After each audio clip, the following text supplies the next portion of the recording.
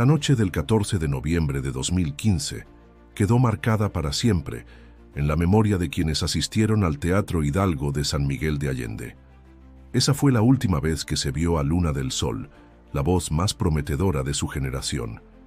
Era una velada templada, el aire perfumado por las bugambilias que trepaban las paredes coloniales del centro histórico. El teatro, con sus butacas rojas desgastadas y cortinas de terciopelo pesado, rebosaba de expectativas. Nadie imaginaba que sería testigo de algo más que un concierto. Sería testigo de un misterio que, 10 años después, aún no encuentra respuesta. Si te intrigan los misterios que desafían el tiempo, suscríbete al canal para no perderte ninguna historia como esta. Luna del Sol era más que una cantante. Su nombre real, Mariana Salcedo, se había perdido tras la máscara artística que ella misma forjó. Había comenzado en los cafés bohemios de Coyoacán, cantando boleros con un estilo que derretía incluso al más escéptico. Su ascenso fue meteórico. Apenas en 2 años ya encabezaba festivales, firmaba con discográficas internacionales y llenaba auditorios con entradas agotadas. Su voz tenía algo que las demás no. Una textura que parecía tejer nostalgia y esperanza al mismo tiempo, como si pudiera recordar por ti aquello que no sabías que habías perdido. El concierto de San Miguel fue anunciado como una presentación íntima, una noche acústica, decía el cartel, a la luz de Luna. Era un tributo a sus raíces, una pausa en medio de la gira continental que la llevaría a Europa semanas después. La venta fue exclusiva y limitada, pero aún así cientos de personas se aglomeraron fuera del teatro buscando una entrada. Dentro, todo parecía en calma. Antes de subir al escenario, Luna permaneció más de lo habitual en su camerino. Algunos técnicos dijeron que discutía por teléfono. Otros aseguran haber escuchado pasos fuera del camerino cuando no debía haber nadie. En la grabación del backstage se observa cómo Luna recibe un ramo de flores sin tarjeta. Lo huele, lo coloca sobre la mesa y después fija la mirada en el espejo por varios segundos. Esa fue la última imagen clara que se tiene de ella con vida. El show fue perfecto. Cada nota alcanzó su lugar, cada canción fue celebrada con una ovación de pie. Luna cantó por 90 minutos, cerrando con una interpretación acústica de Vuelve a mí, uno de sus primeros éxitos. El silencio que siguió a la última nota fue interrumpido por una lluvia de aplausos, gritos de admiración y lágrimas sinceras. Luego se apagaron las luces. Algunos esperaban un encore. Nunca ocurrió. Después del concierto, Luna debía regresar al Hotel Encanto, ubicado a solo 5 cuadras del teatro. Nunca llegó. Su equipo, acostumbrado a sus momentos de introspección post-show, no se alarmó de inmediato. Pero a las 2 de la madrugada, al notar que no respondía mensajes ni llamadas, comenzaron a buscarla. Su habitación en el hotel estaba intacta, la cama hecha, las luces apagadas. El único detalle fuera de lugar era su estuche de micrófono, cerrado y colocado sobre la silla, como si ella misma lo hubiera dejado listo para el día siguiente. La búsqueda comenzó al amanecer. Se activó una alerta de desaparición. La policía local inició los procedimientos habituales, sin éxito. No había cámaras de vigilancia útiles. Nadie la vio salir por la puerta trasera del teatro. No se reportaron movimientos inusuales en los alrededores. Era como si se hubiera desvanecido. En los días siguientes, la noticia recorrió el país como una ráfaga. Los titulares hablaban de El enigma de la estrella desaparecida y el caso sin huellas. Algunos culparon a un fan obsesionado. Otros mencionaron tensiones con su disquera. Incluso surgieron teorías sobrenaturales. Sin embargo, ninguna pista fue concluyente. Luna del Sol había desaparecido sin dejar rastro. Ni su familia, ni sus amigos, ni sus colaboradores sabían nada. El eco de su última canción quedó suspendido en el aire, y con él, una pregunta que hasta hoy nadie ha podido responder. ¿Qué pasó con Luna? Durante los días siguientes a la desaparición de Luna del Sol, el país entero entró en un estado de desconcierto colectivo. Las redes sociales se llenaron de teorías, plegarias, mensajes de esperanza. Los noticieros transmitían especiales durante horas, entrevistando a quienes la habían visto por última vez, mostrando imágenes de su camerino, del teatro, de las calles adyacentes. Pero con el paso de las semanas, la cobertura mediática comenzó a desvanecerse, y con ella, la esperanza. 10 años después, aún no se sabe nada, ni una huella, ni una señal, ni un indicio verdadero. El caso se convirtió en uno de los más misteriosos del país.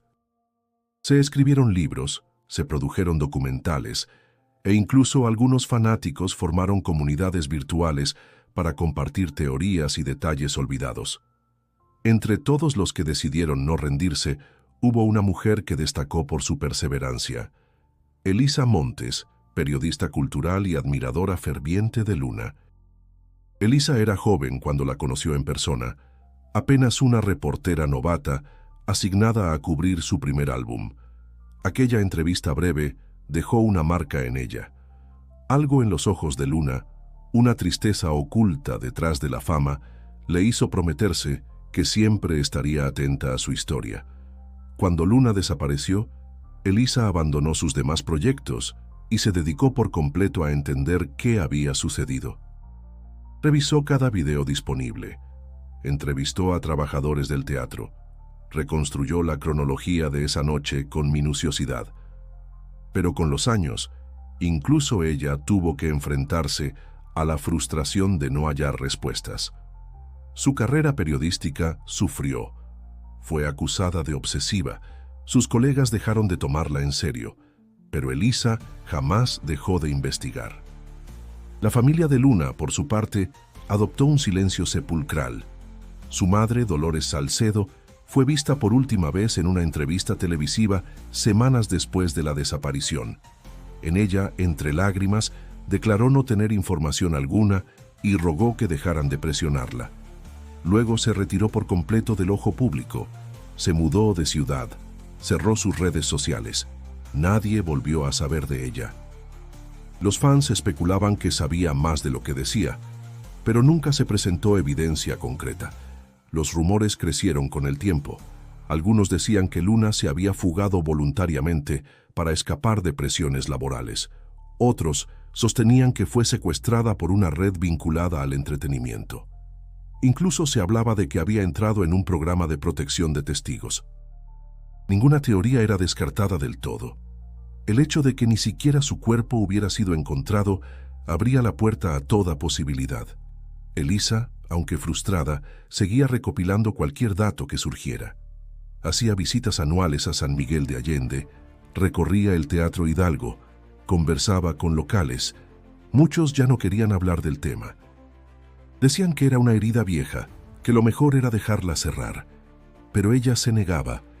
Sentía que algo aún podía salir a la luz.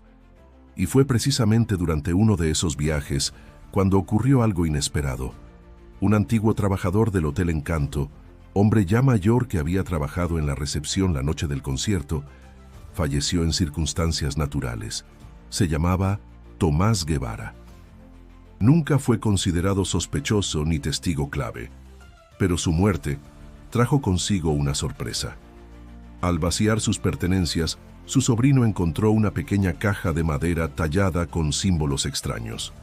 Dentro, entre papeles viejos y fotografías familiares, había una llave antigua de aspecto industrial, sin ninguna etiqueta ni marca. El joven, sin saber qué era, la llevó a la administración del hotel.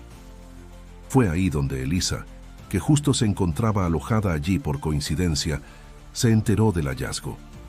Al escuchar que la llave pertenecía supuestamente a una puerta sellada del sótano del hotel, una zona clausurada tras una remodelación poco después de la desaparición, algo dentro de ella se activó. La intuición que la había guiado por años volvió a encenderse.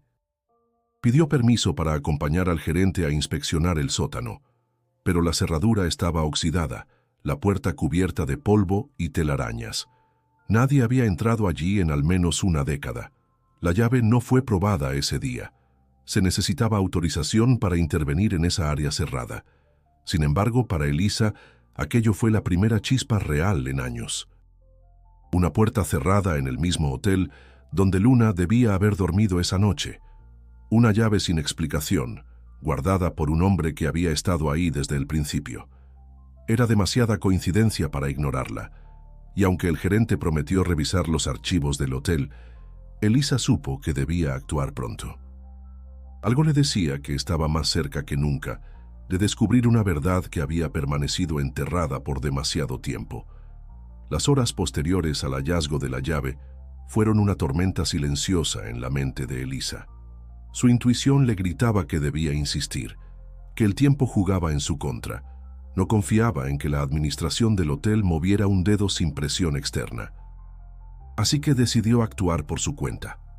La madrugada siguiente, convenció al guardia nocturno, un joven llamado Marco, aficionado a los misterios, para que la acompañara al sótano.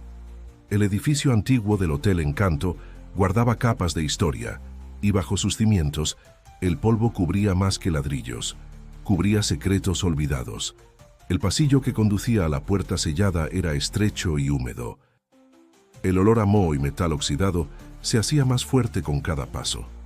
Al llegar, la puerta estaba tal como la recordaba, una estructura de hierro macizo, sin rotulación, con una cerradura antigua de 3 giros. Elisa insertó la llave con las manos temblorosas. Encajó con un clic sordo. Giró una vez, luego otra, y a la tercera, la cerradura cedió. La puerta se abrió con un quejido áspero, revelando una habitación oscura, apenas iluminada por la linterna del celular de Marco. Dentro no había mucho. Un archivador oxidado, una silla cubierta por una manta vieja y en el centro, apoyada contra la pared del fondo, una maleta de cuero rojo, antigua de las que ya no se fabrican, cerrada con 2 correas gruesas y un candado de combinación. Elisa contuvo el aliento. Algo en esa maleta, en su presencia solitaria y polvorienta, la hizo sentir un escalofrío. Con la ayuda de Marco, forzó el candado, que cedió tras varios intentos. Las correas se soltaron con un chasquido seco. Al abrirla, el silencio fue absoluto. Dentro, perfectamente doblado y envuelto en una bolsa plástica transparente, estaba el vestido blanco que Luna del Sol usó en su último concierto. Era inconfundible. Elisa lo había visto cientos de veces en fotografías, grabaciones y hasta exposiciones tributo. La tela seguía impecable, como si el tiempo no le hubiera afectado. No había polvo dentro, ni signos de humedad. Solo el vestido, cuidadosamente colocado como un tesoro prohibido. Marco se apartó unos pasos, visiblemente incómodo. Elisa, en cambio, sintió que todo a su alrededor se desvanecía. Bajo la luz temblorosa, notó algo más. Una nota, pequeña, cosida discretamente en el dobladillo interior del vestido. Usó unas pinzas del archivador oxidado para sacarla con cuidado. Era un pedazo de tela beige, bordado con hilo dorado. Decía: «Aún no he terminado de cantar». La frase le heló la sangre. No era una letra conocida, no aparecía en ninguna canción publicada. Era una declaración ambigua, pero cargada de intención. ¿Un mensaje de despedida? ¿Una advertencia? ¿Una promesa?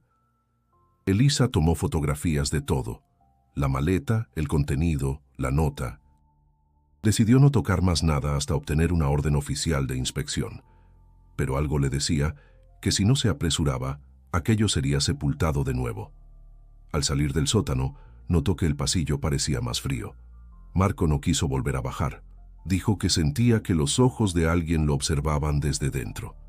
Elisa pasó el resto de la noche revisando sus archivos. Confirmó que el vestido hallado coincidía en cada detalle con el que Luna usó: los bordados, los cortes, hasta un pequeño rasgado reparado en la manga izquierda que había sido reportado por su vestuarista. No había duda. Era el original. Pero ¿cómo había llegado allí? ¿Quién lo colocó en esa maleta? ¿Y por qué esconderlo? Lo más perturbador era el estado de conservación. Una maleta abandonada en un sótano por 10 años no debería mantener intacta una prenda de tela fina. No había humedad, ni insectos, ni manchas. Elisa sintió que había algo más allá de lo físico en juego, una energía contenida. como si el vestido guardara parte de lo que Luna fue.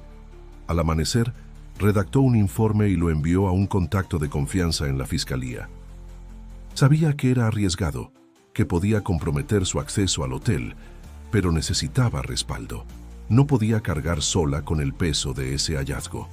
Mientras esperaba respuesta, recorrió el vestíbulo del hotel con otros ojos. Cada rincón, cada escalera, cada pared parecía susurrarle algo, como si los muros supieran una verdad que nadie más podía escuchar. Por primera vez en años, Elisa no solo tenía una pista, tenía una conexión, y aunque no entendía aún su significado, una cosa era segura. Luna del Sol, de alguna manera, seguía allí.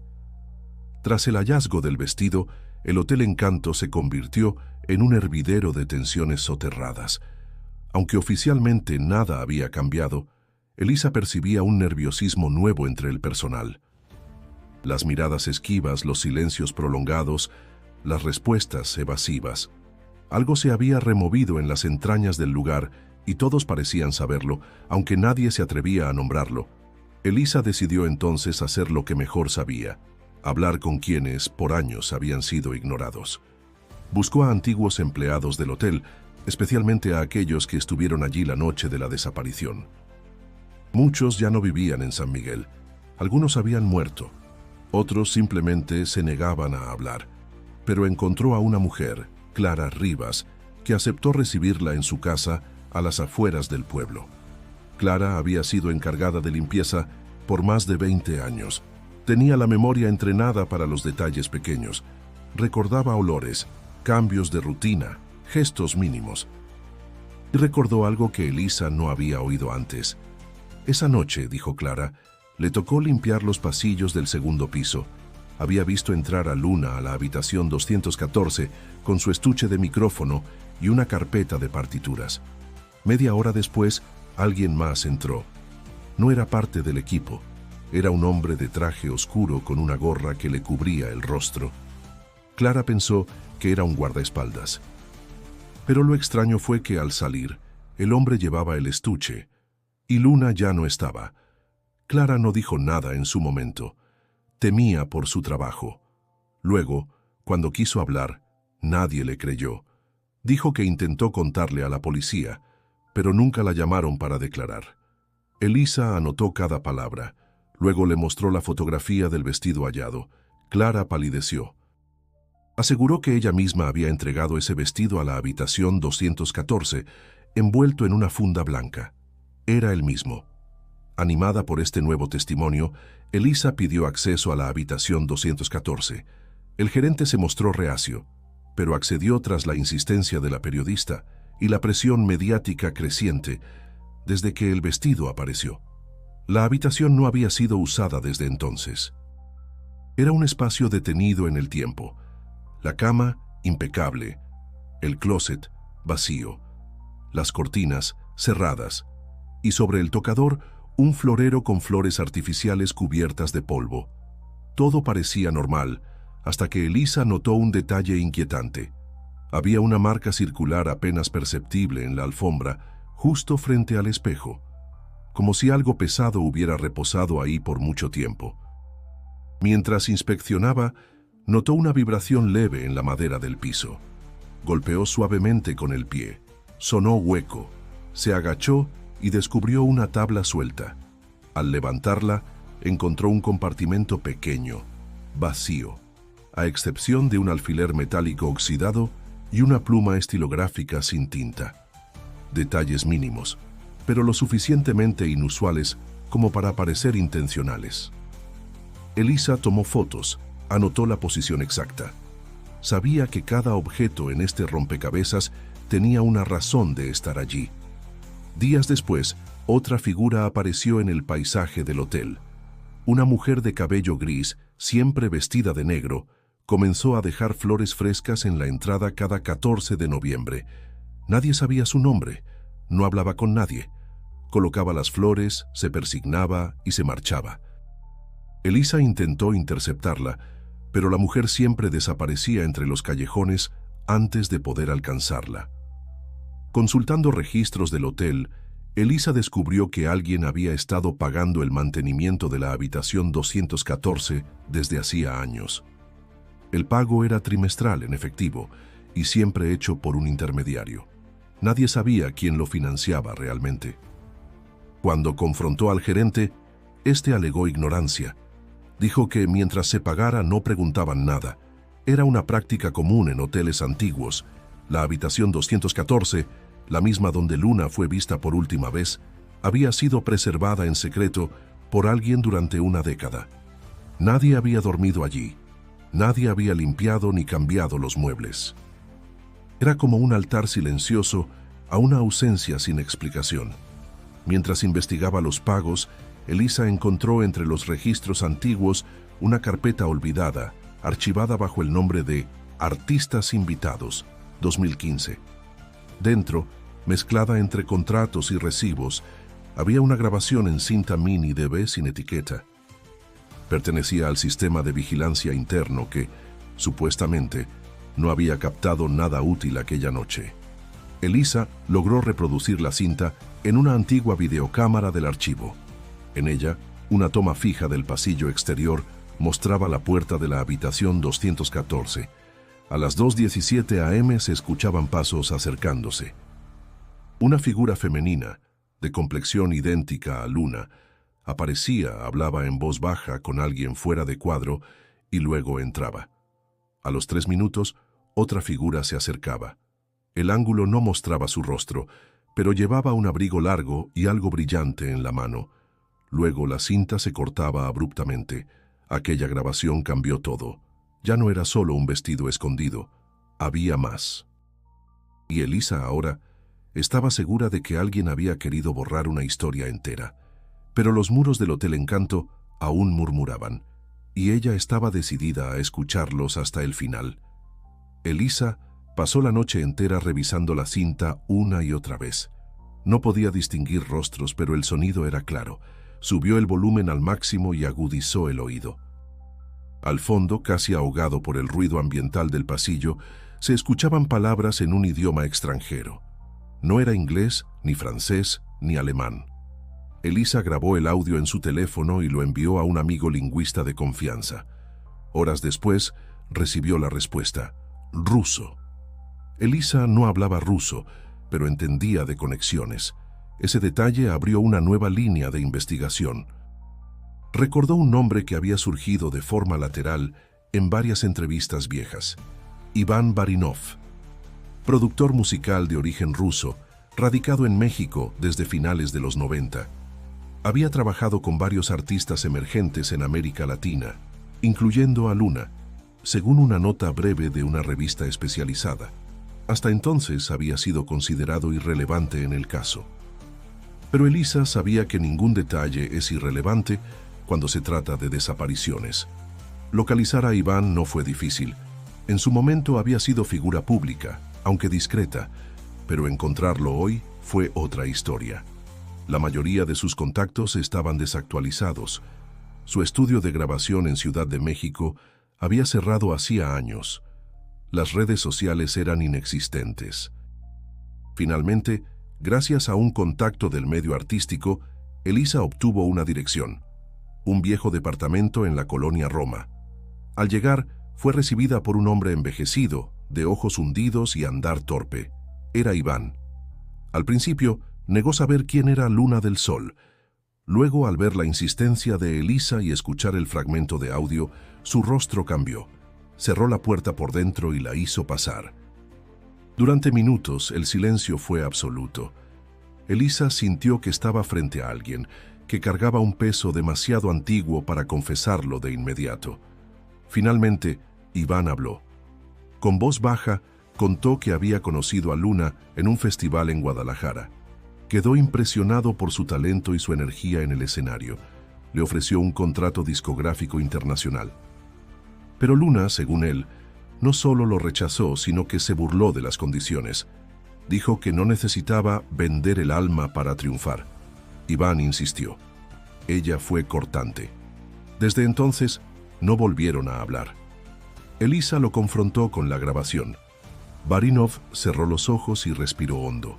Admitió que había enviado a un emisario a San Miguel de Allende aquella noche. No quiso dar su nombre. Dijo que solo era alguien que resolvía problemas. Su intención, aseguró, no era dañarla, sino hacerla reconsiderar. Pero cuando vio las noticias al día siguiente, comprendió que algo había salido terriblemente mal. Elisa quiso saber más, pero Iván se negó a continuar. Le pidió que se fuera, alegando estar enfermo y cansado. Antes de cerrar la puerta, le dejó una advertencia. Hay fuerzas que no perdonan la curiosidad. Si Luna desapareció, fue porque no quiso obedecerlas. Usted debería ser más prudente. Esa frase quedó grabada en la mente de Elisa. ¿Qué fuerzas eran esas? ¿A qué obediencia se refería? Las piezas comenzaban a encajar de forma inquietante. El rechazo de Luna al contrato. La misteriosa figura rusa en el pasillo. El mensaje oculto en el vestido. El pago silencioso de una habitación cerrada por años. Cada elemento parecía rodear no solo una desaparición, sino una red mucho más oscura y compleja. Esa misma noche, Elisa recibió un mensaje anónimo en su correo. No tenía texto, solo una imagen, una fotografía de ella frente al hotel, tomada desde un ángulo que no reconocía. Era reciente, muy reciente. Elisa comprendió que la estaban vigilando. No se asustó.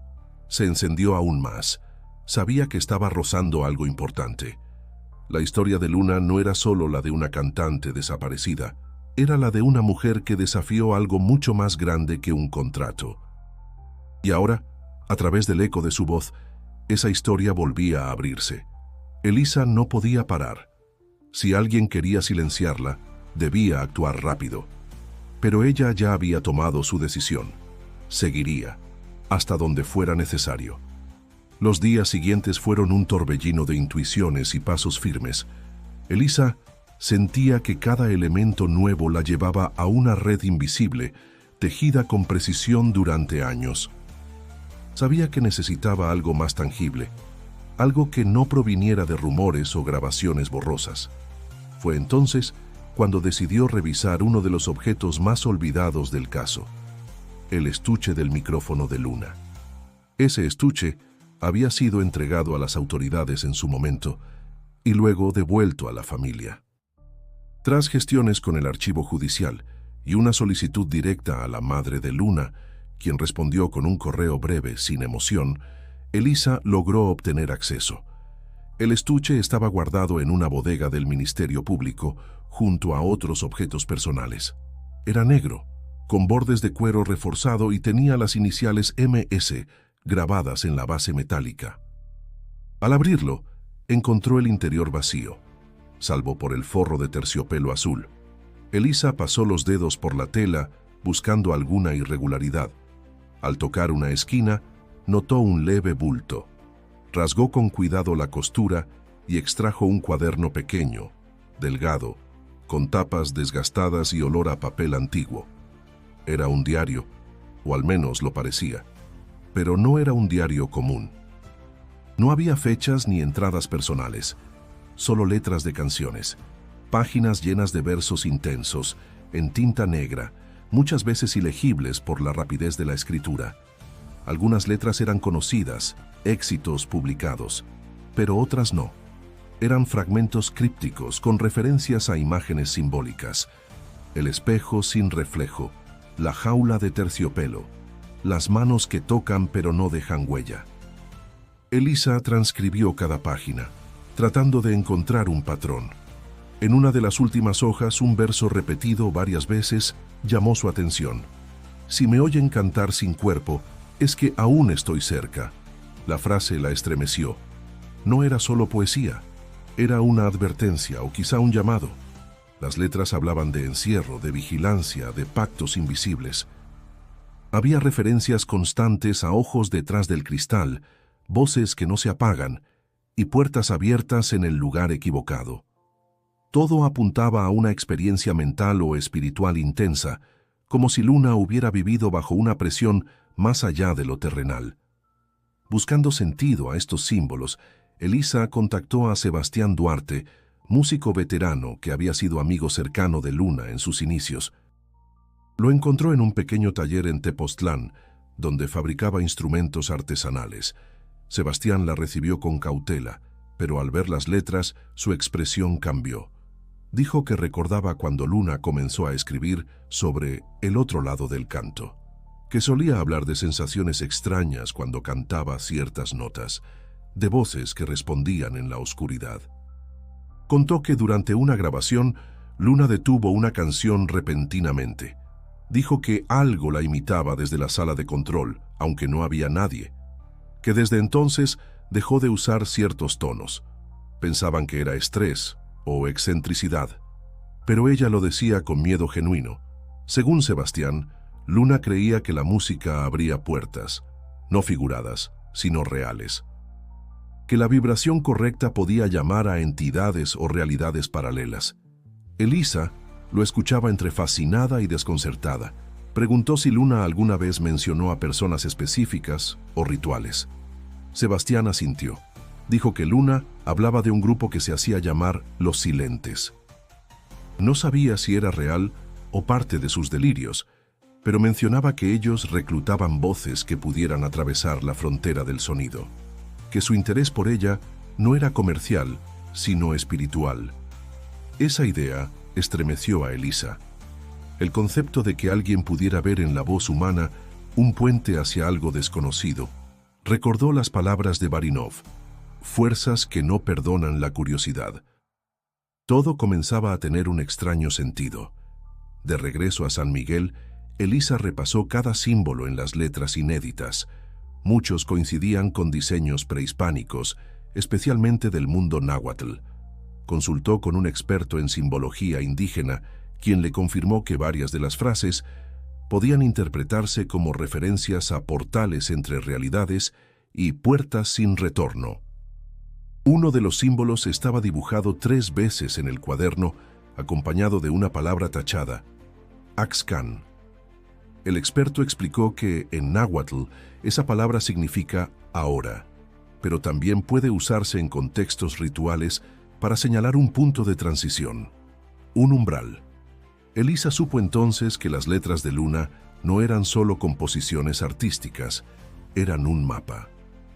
Uno escrito en clave, desde una sensibilidad que pocos comprendieron.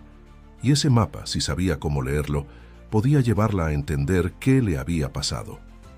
Elisa ya no trabajaba desde la lógica periodística tradicional. Había cruzado un umbral invisible, donde las pruebas físicas se mezclaban con símbolos antiguos y significados ocultos. No buscaba solo una explicación. Buscaba entender una dimensión que hasta entonces vivía oculta bajo la superficie del caso. Las letras del cuaderno de Luna la llevaron a explorar conexiones con prácticas rituales vinculadas a la música. Investigó sobre las culturas mesoamericanas y su relación con el sonido. Descubrió que para los nahuas el canto tenía una dimensión sagrada. Creían que ciertos tonos podían convocar a los dioses, abrir puertas espirituales, alterar el equilibrio del mundo tangible. Ese descubrimiento la llevó a una logia musical oculta, conocida solo entre ciertos círculos del medio artístico. No aparecía en registros oficiales, pero tras semanas de discretas consultas, logró dar con un nombre: la Casa del Intervalo. Se trataba de un grupo exclusivo que celebraba encuentros privados, con presentaciones musicales cuya finalidad no era el entretenimiento, sino la activación armónica, según decían. Elisa logró infiltrarse en una de esas reuniones, llevada por un músico retirado que simpatizaba con su causa. El evento se realizó en una vieja casona de Xochimilco, sin luces visibles desde el exterior. Dentro, el ambiente era solemne. No había aplausos ni presentaciones, solo músicos alineados, ejecutando secuencias repetitivas de notas, como si buscaran provocar algo más allá del oído humano. Durante la sesión, una mujer joven entonó una melodía sin palabras, extremadamente aguda. Elisa sintió que el sonido le vibraba dentro del estómago, que alteraba su respiración. A mitad de la pieza, creyó ver cómo una de las velas del fondo se apagaba sin viento alguno. Nadie se inmutó, solo cerraron los ojos, como si esperaran que eso pasara. Y luego, silencio. Tras la sesión, El anfitrión se le acercó. Un hombre de voz suave, rostro inexpresivo que no dijo su nombre. Le entregó una partitura con símbolos muy similares a los del cuaderno de Luna.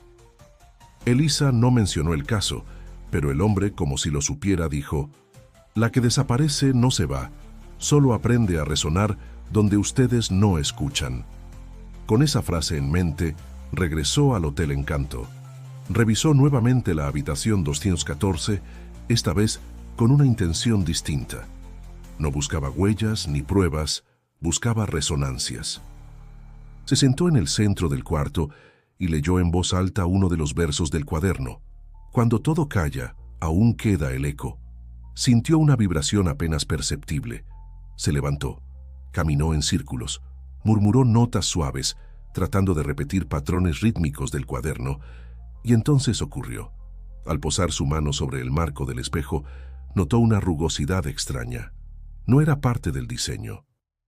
Era una inscripción casi invisible grabada sobre el metal pulido. Axcan Eecatl Miquis, 3 palabras en náhuatl: ahora, viento, muerte. Un mantra antiguo que, según el experto que había consultado días antes, servía para invocar el tránsito entre planos. Elisa sintió un escalofrío. No sabía si debía continuar, pero ya no había marcha atrás. Reunió las partituras de Luna, colocó el micrófono sobre el tocador, como se había encontrado el día después de la desaparición, y puso a reproducir, desde su celular, una de las grabaciones inéditas de Luna cantando a capela. La habitación pareció respirar con la voz. El sonido llenó el aire de una forma extraña, vibrante, como si lo reconociera. En ese momento, la lámpara del techo titiló, y un chasquido seco resonó bajo la alfombra, en el mismo lugar donde había encontrado el compartimento vacío. Al levantarla, descubrió un nuevo objeto, una pequeña caja de madera, lacrada, con el mismo símbolo del cuaderno. Dentro, un pendiente de plata con una gema opaca y un papel doblado en 4. El mensaje era corto: no la busques en el pasado. Escucha donde no hay tiempo. Elisa se quedó inmóvil. Sabía que eso no era solo una advertencia, era una instrucción. Luna no había muerto, no en el sentido convencional. Lo que ocurrió aquella noche fue más que un crimen, más que una desaparición física. Fue un tránsito, y la llave para entenderlo no estaba en los archivos judiciales, ni en entrevistas, ni grabaciones. Estaba en el eco. En las frecuencias invisibles, en los cantos que abren grietas. Elisa aún no sabía cómo, pero lo sentía. Luna no había terminado de cantar, y pronto alguien la escucharía. Elisa pasó la noche sin dormir. El mensaje hallado en la caja resonaba dentro de ella con una claridad perturbadora. Escucha donde no hay tiempo. No era una metáfora, era una instrucción. Al amanecer, regresó sola a la habitación 214, sin pedir permiso, sin esperar respuestas. Llevaba consigo el cuaderno, el micrófono de Luna y la grabación que había preparado la noche anterior. Un montaje de todas las notas a capela registradas por la cantante en estudios distintos, años antes de desaparecer. Encendió el reproductor portátil y dejó que la voz llenara el espacio. Luna cantaba fragmentos dispersos, notas sueltas, palabras inconclusas, pero juntas tejían una melodía nueva, inusual, como si perteneciera a una canción que aún no había sido escrita. Elisa cerró los ojos. La escuchó entera, en silencio. Y entonces, por un segundo, sintió que no estaba sola. No fue una presencia física, sino algo más profundo. Como si la habitación se hubiese vuelto un cuerpo vivo, respirando con cada eco, y en medio de ese estado alterado lo vio, un destello, un recuerdo que no le pertenecía. De pronto, estaba allí, como si hubiese sido arrancada de su propio tiempo. Vio el camerino del Teatro Hidalgo, vio a Luna sentada frente al espejo, afinando la voz, vio la flor sin tarjeta, la expresión de sospecha. Vio cómo recibía una llamada, cómo su rostro se transformaba en alarma. No me toques más, decía. Luego, la entrada al pasillo. el encuentro con una figura encapuchada, unas palabras susurradas y finalmente la decisión, regresar al hotel sola, sin decir nada a nadie. La visión la llevó luego a la habitación 214. Luna entraba, dejaba el estuche, se miraba al espejo como si supiera que era la última vez. Sacaba una hoja, escribía unas líneas y colocaba la nota en el dobladillo del vestido. Luego, una melodía, su voz llenando la habitación como un ritual, una nota sostenida, larga, casi inhumana. Y entonces, el silencio, un instante congelado. Luna desaparecía, no como si se esfumara, no como si la raptaran, sino como si cruzara una frontera invisible. Elisa cayó al suelo al volver en sí. Respiraba con dificultad, pero no tenía miedo. Sabía que lo que había visto era real.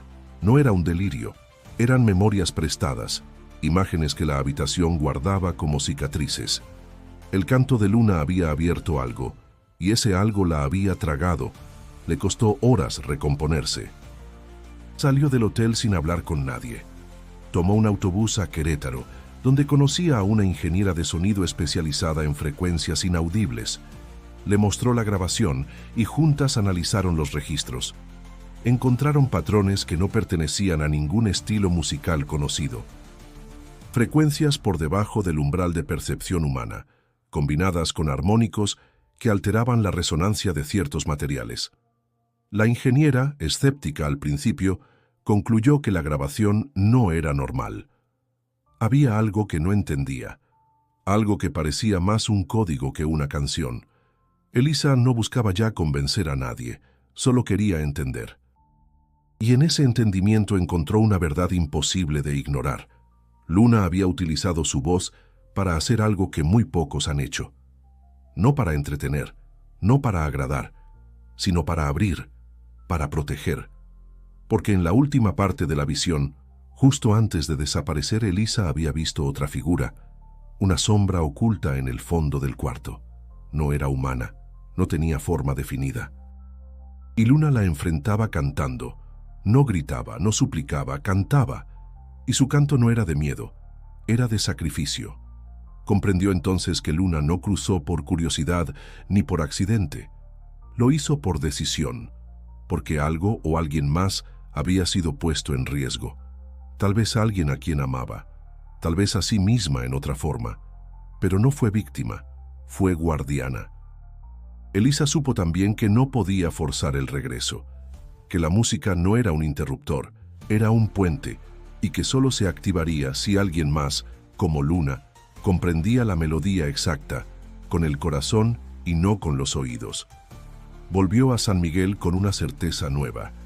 Reprodujo la grabación una vez más, no en la habitación sino en el teatro vacío donde Luna había cantado por última vez. Y por unos segundos, el aire cambió. No había luces, no había público, solo la vibración pura de una voz que aún quería ser oída. 2 días después de reproducir la grabación en el teatro, Elisa recibió una llamada del conserje del Hotel Encanto. Su voz era temblorosa, cargada de una mezcla de miedo y desconcierto. Le dijo que debía ir al vestíbulo de inmediato, que algo imposible acababa de suceder. Elisa dejó todo y corrió.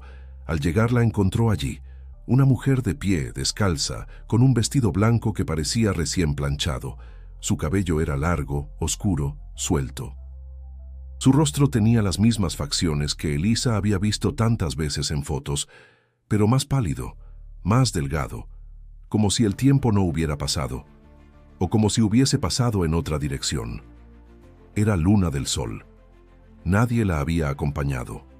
Nadie la había visto llegar, solo apareció. Elisa se acercó con cautela. Luna la miró sin miedo, con una serenidad extraña. Parecía no reconocer el lugar, ni a las personas que se agolpaban para verla. No decía nada, solo sostenía un papel doblado en la mano. Elisa lo tomó con delicadeza.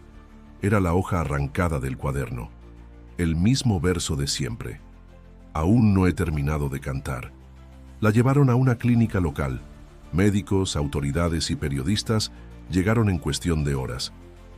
Se confirmó su identidad por huellas dactilares, ADN, y características físicas. Era ella, estaba viva. No presentaba signos de violencia ni envejecimiento anormal. Físicamente, parecía haber estado ausente por días, no por una década. Pero mentalmente, algo no estaba del todo claro. Luna hablaba poco, respondía con frases cortas. Decía que recordaba una oscuridad suave, como si hubiese estado en un sueño sin final, que escuchaba ecos, voces familiares, pero no podía moverse, que sentía una melodía que se repetía eternamente, como si su conciencia estuviera suspendida entre notas. No recordaba haber sido lastimada, no recordaba miedo, solo una sensación constante de espera. La noticia se esparció como pólvora. En horas, México entero volvía a hablar de Luna del Sol. Era el regreso más inexplicable de la historia reciente. Programas de televisión, paneles de expertos, debates en redes. Algunos decían que era una impostora. Otros, que había estado secuestrada en condiciones experimentales. Otros más afirmaban que era una señal divina. Pero Elisa sabía la verdad. Luna había estado más allá. Y no había vuelto sola. Había traído consigo el eco de algo que seguía latiendo. Tras días de observación, Luna pidió cantar. No en público, no en televisión, solo en el teatro donde todo había comenzado. Elisa organizó una sesión privada, sin cámaras, sin prensa. Solo un piano, un técnico de sonido y unos pocos testigos. Luna subió al escenario con pasos lentos. Se sentó, cerró los ojos y comenzó a cantar. La canción era nueva. Nadie la había escuchado antes. Era simple, con pocas palabras, pero su melodía tenía una estructura circular, hipnótica. Cada nota parecía abrir un pasaje invisible. Elisa, que la había oído tantas veces, sintió algo distinto. No era solo una canción, era una transmisión, un puente que se cerraba y se abría con cada repetición. Al terminar, Luna sonrió por primera vez. Dijo, «Ahora sí», y no volvió a cantar más. Los días siguientes fueron de aislamiento voluntario. Luna rechazó entrevistas, contratos, homenajes. Se retiró a una casa modesta cerca de Guanajuato. Elisa la visitó una vez. Hablaron poco. Luna le agradeció. Le dijo que ella había sido el oído que necesitaba, que el canto, sin escucha verdadera, se perdía. Pero que gracias a Elisa había podido volver. El país, sin entender del todo lo ocurrido, hizo su duelo inverso. No por la muerte, sino por el misterio que volvía sin explicación. Luna del Sol se convirtió en una leyenda viviente. No por lo que dijo, sino por todo lo que guardó en silencio. Elisa escribió su historia con rigor y compasión. No reveló lo sobrenatural, no explicó lo inexplicable. Solo narró los hechos, las fechas, las pistas. Su libro fue un éxito inmediato, pero ella sabía que lo esencial no estaba en las páginas, estaba en el eco, en lo que resonaba después de cada línea, porque había aprendido que algunos regresos no son físicos, son armónicos, y que hay melodías que una vez emitidas no desaparecen, solo esperan ser oídas por quien sepa escuchar. Pasaron varios meses desde la reaparición de Luna. Su presencia en el mundo era ahora discreta, casi etérea. No concedía entrevistas, no respondía cartas, no acudía a homenajes. Se había convertido en una figura silente, contemplativa, como si su regreso hubiese sido solo un cierre, no un nuevo comienzo. Y quizá lo era. Elisa, por su parte, dedicó esos meses a organizar toda la información recolectada a lo largo de los años. Tenía cientos de grabaciones, transcripciones, testimonios, fotografías, símbolos, partituras, pero entendía que no todo podía ser contado, que había partes que requerían silencio, no palabras. Aún así escribió el libro. Lo tituló Donde termina el canto y lo publicó con una nota clara. No intentaba explicar, solo narrar. El libro se convirtió en un fenómeno, no por sensacionalismo, sino por la sensibilidad con la que abordaba la historia. No se enfocaba en lo extraordinario de la desaparición, sino en la humanidad de Luna. en su lucha por mantenerse íntegra en un mundo que a menudo exige sacrificios invisibles. En su decisión de cruzar un umbral que nadie más veía, para proteger algo que no podía ser explicado, miles de lectores enviaron cartas a la editorial. Algunos compartían sueños donde oían la voz de Luna. Otros contaban cómo su música los había ayudado a superar duelos. Muchos decían que el eco de sus canciones aún vibraba en los rincones de sus casas. El país, sin entender por completo lo ocurrido, había aceptado la historia no como un misterio resuelto, sino como una verdad emocional. Luna había desaparecido cantando y había vuelto en la misma melodía. Una última presentación fue anunciada a modo de cierre simbólico. No sería un concierto ni una conferencia. Solo una proyección privada, organizada por Elisa con imágenes inéditas, sonidos restaurados y una ambientación fiel al último show. Luna no asistiría, pero ella autorizó el uso de una nueva grabación. Una pieza de piano y voz breve, sin letra, que había compuesto sola en su casa de campo. La canción se llamó Silencio. Durante la proyección, el público permaneció en completo mutismo. Nadie respiraba fuerte, nadie tosía. Era como si cada nota empapara el aire de algo más que sonido. Al finalizar, se escuchó la frase grabada con su propia voz. Gracias por haberme oído cuando ya no sabía cómo hablar. Fue el último regalo. Después de ese evento, Luna desapareció de nuevo. Esta vez no físicamente, sino de la vida pública. Cerró sus cuentas bancarias, vendió su propiedad. Nadie supo más. Elisa cree que lo planeó desde el principio, que su retorno fue un mensaje, una forma de decir, sigo aquí, pero de otra manera. Hoy, en el aniversario de aquella noche en San Miguel de Allende, los fans siguen dejando flores blancas frente al Teatro Hidalgo. Algunos cantan sus canciones en voz baja, otros simplemente guardan silencio. La habitación 214 del Hotel Encanto permanece cerrada al público. Fue clausurada y convertida en un memorial, con objetos originales, partituras, fotografías y una copia del cuaderno de Luna abierto en la página donde escribió: «Si me oyen cantar sin cuerpo, es que aún estoy cerca». Y quizás lo está, porque hay notas que no terminan cuando mueren. Hay voces que no necesitan garganta para hacerse oír. Y hay historias que, aunque no comprendamos, sabemos que nos pertenecen. Si te cautivó esta historia, suscríbete para más relatos que te harán mirar dos veces. Historias reales, profundas y emocionales, que exploran los límites entre lo visible y lo oculto. Y si quieres continuar en este viaje de misterios que tocan el alma, haz clic ahora en el video que aparece en pantalla, porque algunas puertas solo se abren para quien sabe escuchar.